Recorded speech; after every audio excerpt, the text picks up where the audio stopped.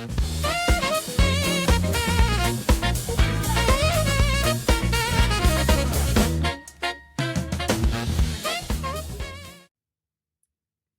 everyone, welcome back to Culture and Clients. I'm here today with Esther. My name is Tammy, and today's episode is called Check YoSelf Before You Wreck Yourself. I don't know if you remember that song or not. Chickadee, check yourself before you wreck yourself. And I love it very much. I love it very much that you love it very much. I love that song. But it's so true. You need to check your attitude before you wreck your life, right? So we're going to be talking today about attitude and mindset and how that connects not only in business, but also in your home life. Yes. Love it. Yeah. I'm so excited to talk about this. It's something that I think we both really focus on, and it's core to our being, and it's core for the way that we raise our kids, that we run our house, but it's also core to how we run our businesses and how we've managed people. And I think we've talked before about finding these unique and interesting parallels between how we like raising our kids and managing people. Yeah. I mean, I'm not saying you're acting like a 5-year-old, but no, You might be acting like a 5-year-old. You might be acting like a 5-year-old. So I love this topic. I'm so glad we're addressing it. One of the quotes that you brought up is Charles Swindoll says that life is 10% of what happens to you and 90% of how you react to it. So when we think about this, Tammy, I'm really curious, how is that manifested and for you? And what's a moment when you had to choose that response very specifically? You had to focus on that 90% because you didn't have control of the 10%. Yeah. Yeah. A lot of times you don't have control over your circumstances, but you do have control over how you respond to them. So recently, last year, we were hired by another marketing firm to handle media buying for them. And at first I thought it was a little odd because they do marketing as well, but they were just really swamped. Like they didn't have the staff to handle it and they just needed an extension of their marketing team. So we hopped in, helped out. Revenue was great. Like the campaign worked really well. And then this December popped in with a Christmas gift. And a week later they call and I'm on a Zoom with them. And they said, we decided to take everything in-house. So that's a lot of money for us that we would be losing. But at the same time, I was happy for them. I'm happy that they're able to place Facebook on their own, to place pay-per-click on their own, that they have the staff now to handle that in-house. Yeah. So instead of, being upset about it, I was very graceful about it. Yeah. And it's funny because I invited them to our house for like hot tub and margaritas. And they're like, can we still do hot tub and margaritas? I'm like, absolutely. You're like, no, I mean, yes. Yes. No, but I really like these girls. Like I really would like them to come over sometime. But then after that, I decided to reach out again and do an exit interview. And they accepted and we did it last Friday. Awesome. And it was wonderful. I really wanted to learn what we could have done differently. And ultimately it just came down to them now having the capacity to do it in-house. But I asked some really great questions. They gave some great feedback. And the one lady, she's like, I've never had this happen before, where we walked away from, a relationship and first of all, you were so kind, but then also curious how you could do things better. Yes. And at the end of the conversation, it led to them possibly being interested in our sales training and through my partners at Staub and Associates and me helping them with the 30th anniversary party for a client. So now there's potential business, but I could have responded a lot differently. And I was talking to someone about this last night at the AMA event, and they said another agency was recently fired and he chose to respond very differently. And he's literally screaming and yelling at the client. That's not how you want to end a relationship, So no, don't ever burn a bridge. And this is a philosophy that I've had is like as much as you possibly can, don't burn the bridge. Oh yeah, absolutely. Absolutely. Absolutely. So, that's an example in business, but just in life too. Like if you're dealing in situations with people, like I had that happen recently in life where I went to visit somebody in the hospital and the fiance was there and she was livid that I was there because she didn't know who I was. And here I come in like the skirt and high heels, I'm bouncing in and she's like, who are you? But the way I responded to her, and I ended up praying for her at the end. And then later when at the funeral, unfortunately, he passed away, she gave me a big hug. She's like, I am sorry I was so mean to you. And I'm like, I would be in the same position if this woman just walks into my fiance's room. Like, I get It's it. a lot of stress. Yeah. Yeah. Well, then I think recognizing there's two parts of this. There's two sides of this. There's the way that you respond, but then the more you spend time and thinking about your response and being mindful about your attitude, the more you can be empathetic for other people and Mhm. their responses. And Yeah. that's the place where you were because you could say, "Hey, I understand in that position, these are the stresses that I would be under because this is all self-awareness, right? Yeah. This is the stresses I would be under and my response might be similar in that situation because these are the stresses. So you have more empathy Yeah. for that person going through that experience. I always think about it like, and almost to a fault sometimes, but when I think about difficult conversations that people have had to have with me, so like getting laid off or having to change things or whatever those might be, it's hard for that person to have that conversation too. Mhm. Yeah. And I think that's something to keep in mind so I could kind of check my attitude and not taking that out on someone, directing it, but self-processing. So when Yeah. those things happen as well, for instance, when this group said, "Hey, we don't need your help anymore," you had that choice to respond or react, and your attitude preempted saying, "Hey, I'm going to burn the bridge. I'm going to keep a positive attitude." And you were able to approach it in a way that retained the relationship, but also brought curiosity into it. Yeah. I think those are really that's critical. That's critical in how we manage, how we bring out how do we help people move forward with that relationship as well? Mhm. Because they don't usually want to burn a bridge either. Yeah. Like they're not trying to Absolutely. they're not doing this like this is business. And that's the other Yeah. thing. This is a business. And sometimes we talked about this a little bit getting ready for this podcast and attitude with our families and with the kids. And I think like it's a bit here's the thing I would kind of think about it's business. If these chores need to be done, if these things have to be done, this is business, baby. We got to get it Yeah. done. Yeah. Like I'm not going to live in filth. Yeah. So And everybody every made the mess. It's not just me that, y- had made yeah, all these dishes. you had what did you do to your kids to help like make them realize like this is a Oh, I situation? had everybody raise both hands. I'm like, "Everybody raise both hands Uh-huh. if you live in this house and you basically just live in this house," right? So everybody my dog didn't raise his paws, but, like, my husband and the kids, Yeah. and then I said, "All right, well, put your hands down if you don't contribute to cleaning up the mess," you know? Now this was when Yeah. our boys were much younger, Right. but even a younger age, they can empty the dishwasher, they can make their Yes. beds, they can Yeah. we used to call it a 15-minute cleanup where we just set a timer for 15 minutes and everybody go around and clean the house up. That's great. So it just really would bother me to see my kids just sitting there while I'm doing all this Mm, housework and they're just sitting. And I'm like, and that's a constant battle I have. Now they're 12 and 14, but I still have that battle. But just yeah. yesterday, Drew, my 12-year-old got home. The temperatures, it's so cold. I think it was like 0 degrees yesterday. I had to go to that AMA event in Lancaster, so I didn't have time to walk our dog Trevor. So I'm like, Drew, Yeah. will you walk Trevor? And he's like, yeah, I will.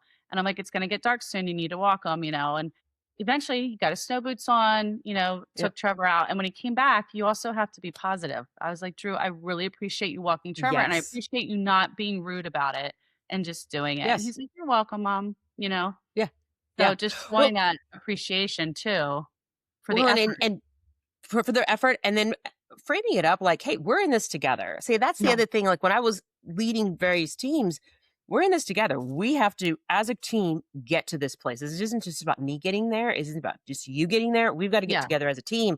I need you to contribute, Yeah. and you can't just sit there and say, "Well, not my fault, not my problem." Well, Hmm. you can, but that's not helping anyone, and you're not Yeah. really on a team if that's Yeah. the case, if that's the Absolutely. attitude. And it's the Absolutely. same with your family, Hmm. right? Yeah. We are keeping this house together. That's for my kids, it's been something that my parents told me this, you discipline the attitude, you don't discipline the action, Hmm. right? And the example that I thought of is like my kid, well, especially when they're little, they spill a glass of milk. Well, Yeah. I might be upset. I'm like, I got to clean up milk, but I'm not mad at them. It's Yeah. an accident. You didn't mean to do it. We have to be Yeah. careful. This is how it's an opportunity to teach them how to clean up after themselves, la, la, la. Yeah. If they throw the glass of milk, now Yes. I've got an attitude. Now I've got a piece to deal with. And it's been interesting as they become teenagers and there's this extension and there's this push and pull of there's a couple of times my daughter's been sassy and I was like, I don't deserve that. I Yeah. don't deserve for you to treat me like that. I didn't do Yeah. anything mean. I'm asking you to do a thing that you know you have to do, reminding you to do it. I appreciate that you don't want, but this is the agreement. I don't deserve to be Yeah. treated like that. And she's like, you're right. Sorry. Sorry, Yeah, mom. and saying it, like, saying it and not screaming, Oh just my God, letting yes. people know, like, and I was funny, I went to some kind of an event, and there was, like, a marriage seminar, and it Mhm. talks about how you should take a time out and say to your spouse, "Did you Yeah, mean to say it this way? right. This is how I feel. Did you mean to hurt my feelings or whatever?" So I try to Yeah, teach that to my children, and I had, like, right. Jacob and Drew do it in a situation, and Drew said to Jacob, my 14-year-old, "Did you mean to be so hurtful to me?" And Jacob's like, "Yeah, I did." I'm like, "No, this is not." I'm like, "Wait, this isn't the way Well, at it least they're role honest. playing in the seminar. What am I missing here?" They were honest. Yeah, They because were he's like, "Yeah, honest. I He did mean to did. do that." Well, and it's funny because he did mean to do it, and there's probably a reason he meant like, I Yeah. did it, yeah, because X and Y and Z. And again, you're Mhm. building that self-awareness of where your approach is and what you're coming from. There's a couple of attitude like buckets and we've talked about this like the negative Nancy and but Yeah. there's these buckets of attitude that I have found people living in and one of Mhm. them is the scarcity mentality Yeah. and the abundance mentality. From your perspective, Tammy, like what are ways that you have helped yourself frame that? How do you help frame how do I stay in a mentality of abundance, especially as a business owner? Mhm. Like, "Hey, I've gotta get this deal." Well, that's a mentality of scarcity, not a mentality of abundance. So Yeah. how have you framed that up for yourself? Yeah, I think it goes back to our last episode about behaviors. If you're Mm. constantly filling the pipeline, you don't have that I don't have that scarcity mentality because I have all this activity coming up in the future, Oh, that's good. you know? That's a great perspective. Yeah, Yeah, so I have that pipeline that I know. And the other thing is, like, something that Kate Kohler says a lot, some will, some won't, some will yeah. buy, some won't buy. Who cares? Just move on. So, Yes, not getting, like, so upset if you don't get that deal, you know? yes. I don't it doesn't phase me. Like, I give it my all, I put the effort in. The way I sell, I don't try to pressure. I'm not a high Right. pressure type person, but I tend to have a higher closing ratio. I think it's because I have good relationships with people. Like people feel like they Yes.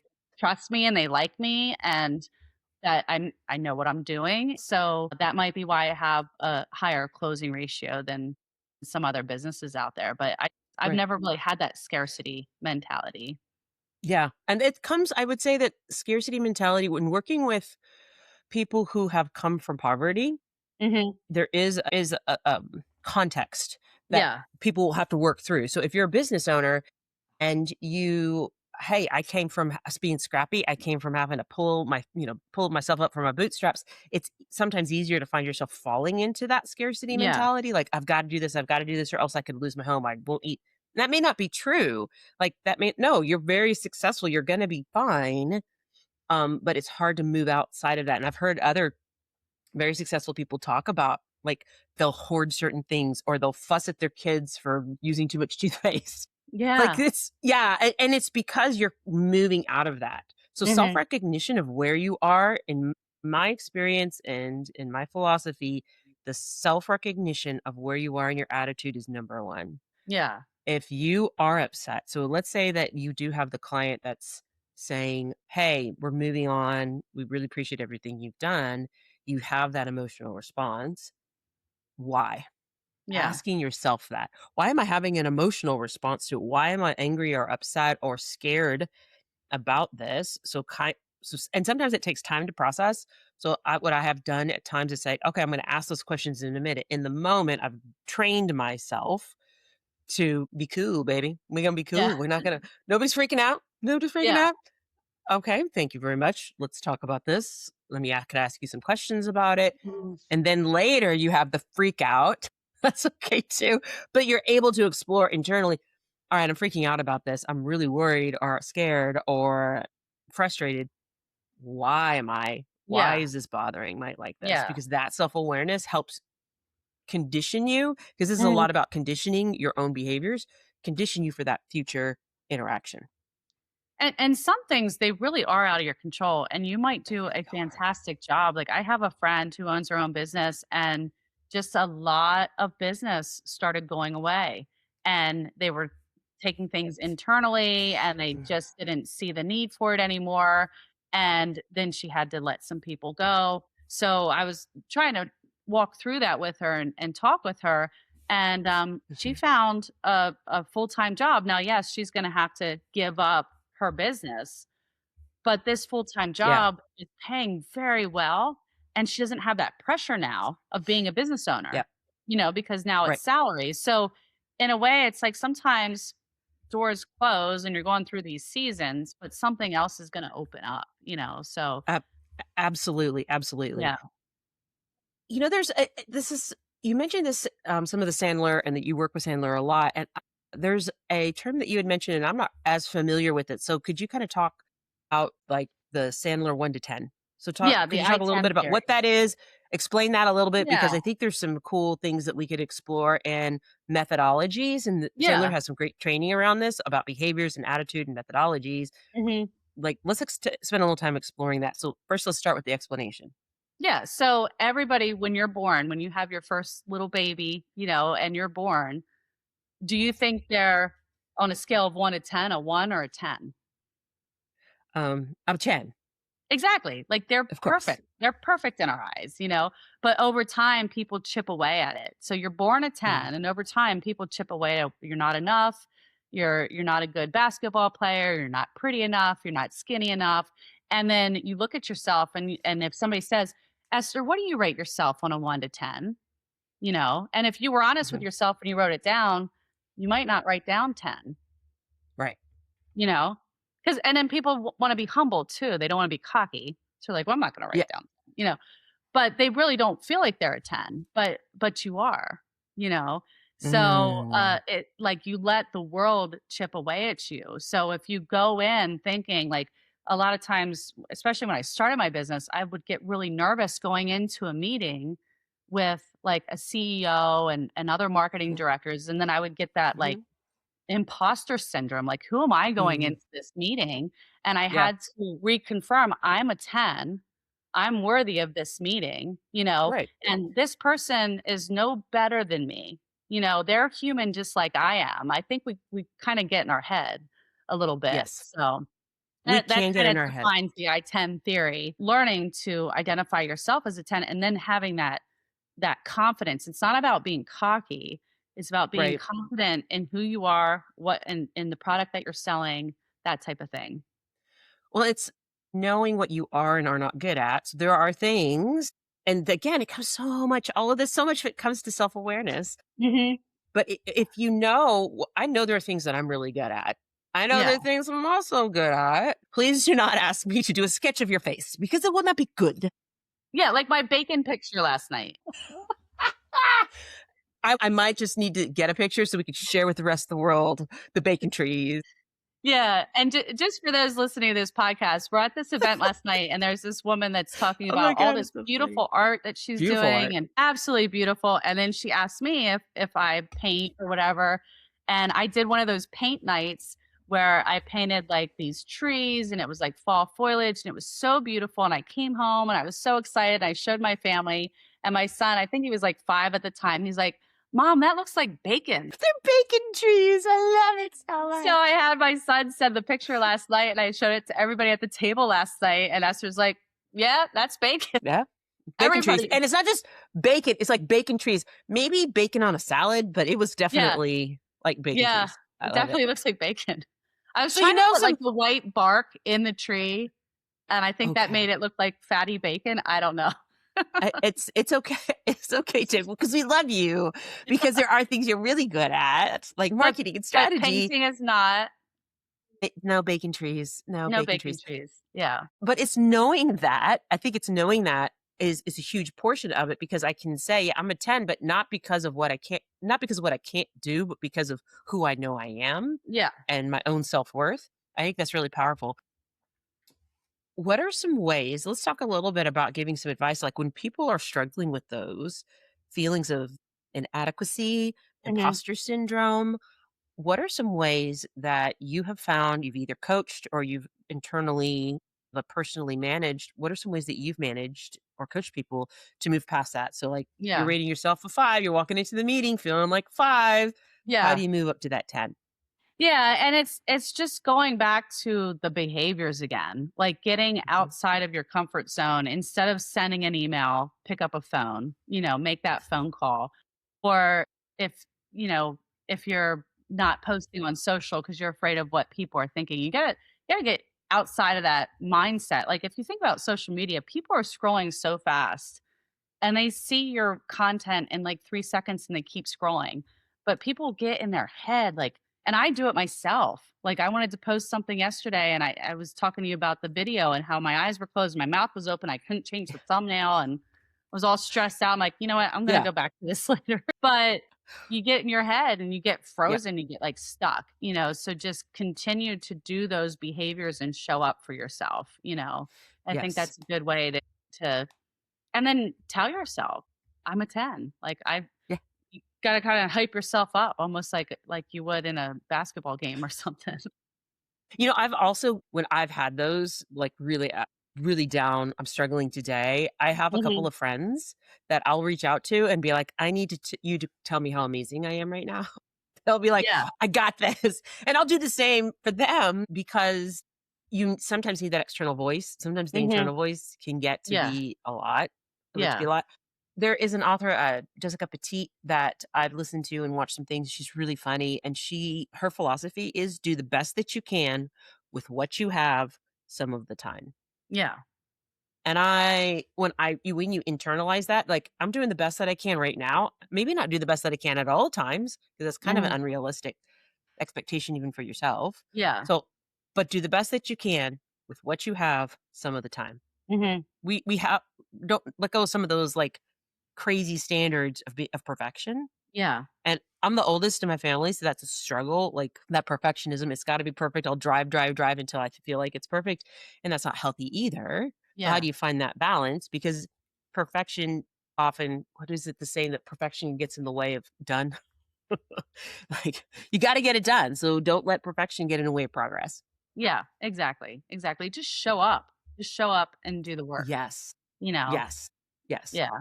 Yeah, and you will be surprised at the what you're sowing, what you're gonna reap, the harvest that you're gonna reap from that in the future. But it's just Right. showing up.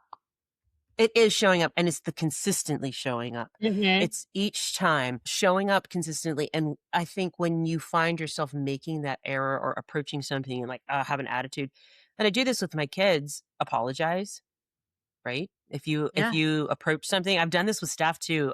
There was a mistake one of my team members made, this was years ago. I had a very emotional reaction, I was not happy and let her know that, and I had to come back to it and say, "You know what? I apologize. That wasn't professional. Yeah. I was upset because I expect you are one of the top performers, and I expect more. So I had this reaction, but that's not fair for you. Yeah. And I want to work together so we both get better results in the future." And to this day, she's one of my advocates. To That's this day, awesome. and I'm one of hers. She's amazing. Yeah. So I But think it's that consistency. if you hadn't done that, there might have Oh, been awkwardness and hard feelings and, right, she might not feel comfortable around you. So just, absolutely, admitting sometimes where you fall short and letting that right. person know, it helps build that relationship. Well, and that kind of fills into that consistency. So we build consistency by doing the same thing, and when you don't do the same thing, you've got a remedy for it. There's an Mhm. action that you take, and so this is the consistency I want to have. This is not the reaction that I wanted to have. My remediation process is you apologize, you approach that back, and then I just keep on going. Yeah. And you won't be perfect. I mean, give yourself some grace. There's still some situations where I don't like. Nah, I don't really want to know what you think.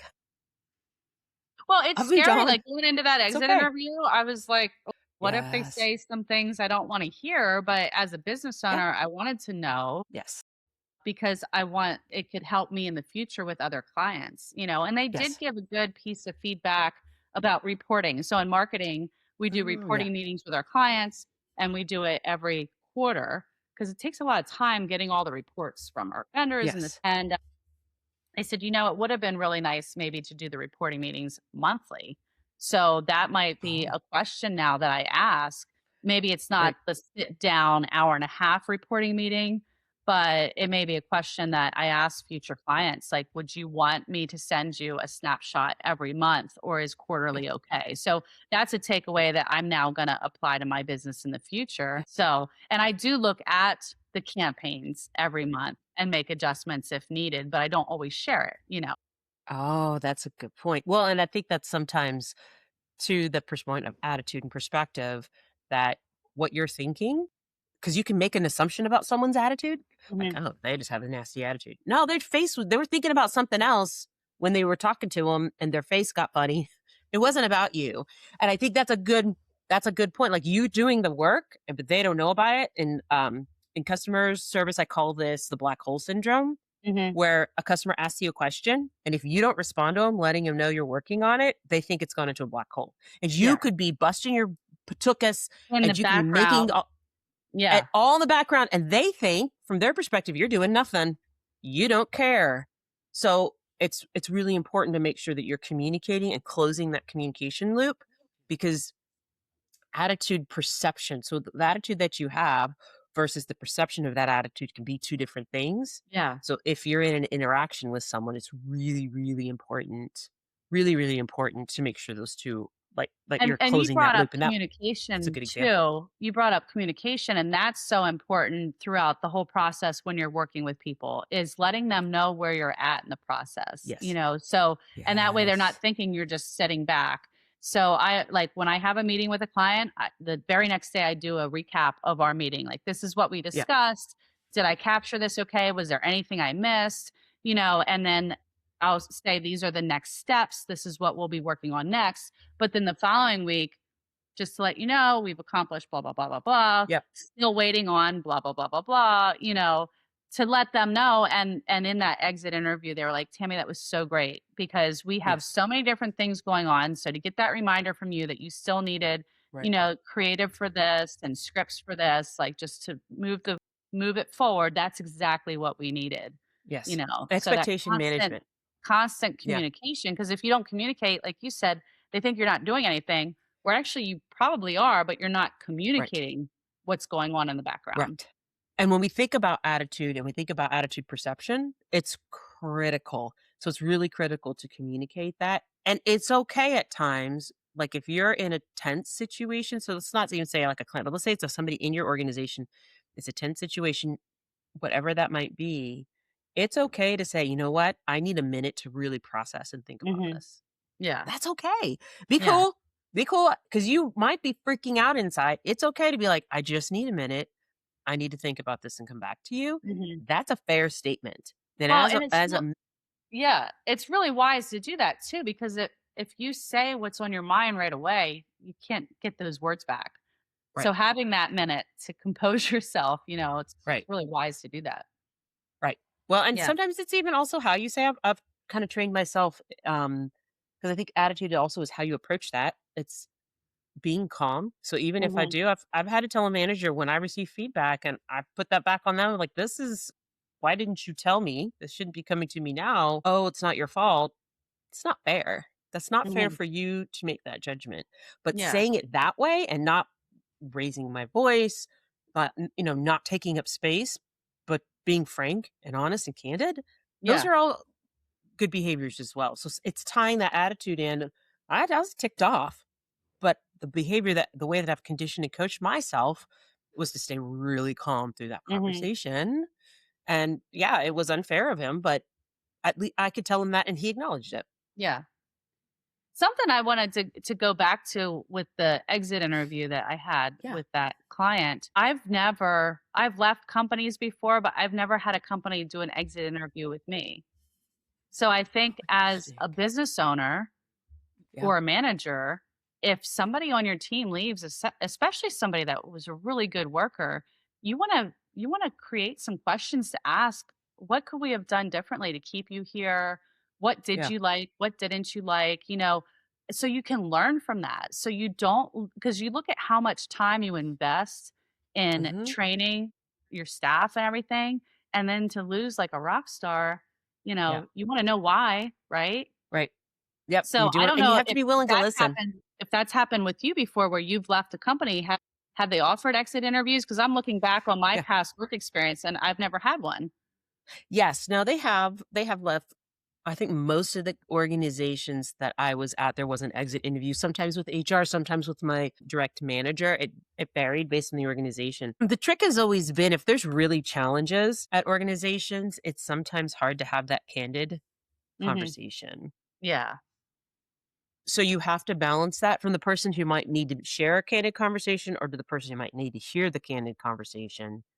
It's a balance to both to hear and to share, and taking that as best you can and managing through it as best you can is the best you can do. I mean, it's Yeah. not gonna be perfect. It's not an easy conversation, so give some grace there. Ask the questions. So to your point, ask the questions.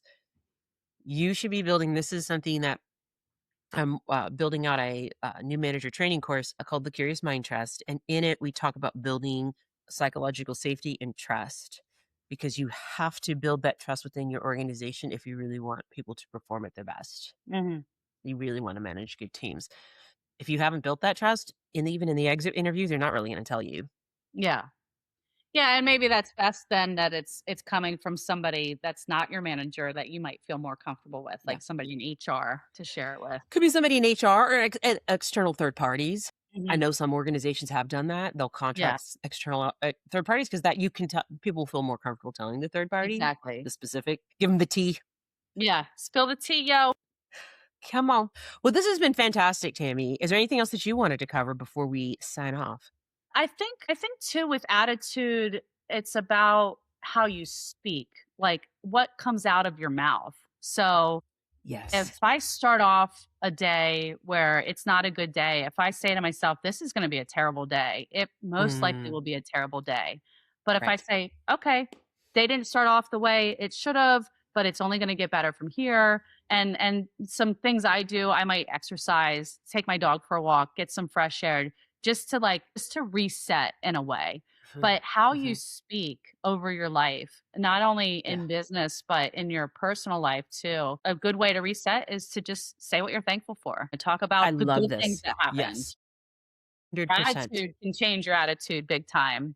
So, It's the, internal versus external as mhm, well, so if you just are internally and focused on me, like, what's all these things and not that external, you gotta get out of your own head, out of your own self, and thankfulness really, really is a yeah, great gratitude is an incredible, proven way to do that.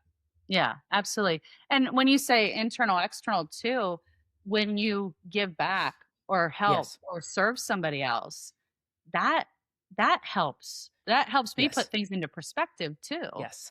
Yes. Because we really are a blessed people, and when you're serving others and helping others, you're giving back to help them, but it actually helps you put things into perspective in your own life too. Yeah. So I think there could Agreed. be a whole podcast just on positive thinking and Yes. speech and Yes. what's coming out of your mouth, the words that come out your mouth. Come on, out your mouth. Come Out your out your mouth. mouth. Check yourself. Well, Tammy, it's been as always, it's a lot of fun chatting with you. Thanks for You doing this too. with me. You too. Cool. Thank you so much, Esther. Nice to see you. You guys all have a great day, everyone. Thanks.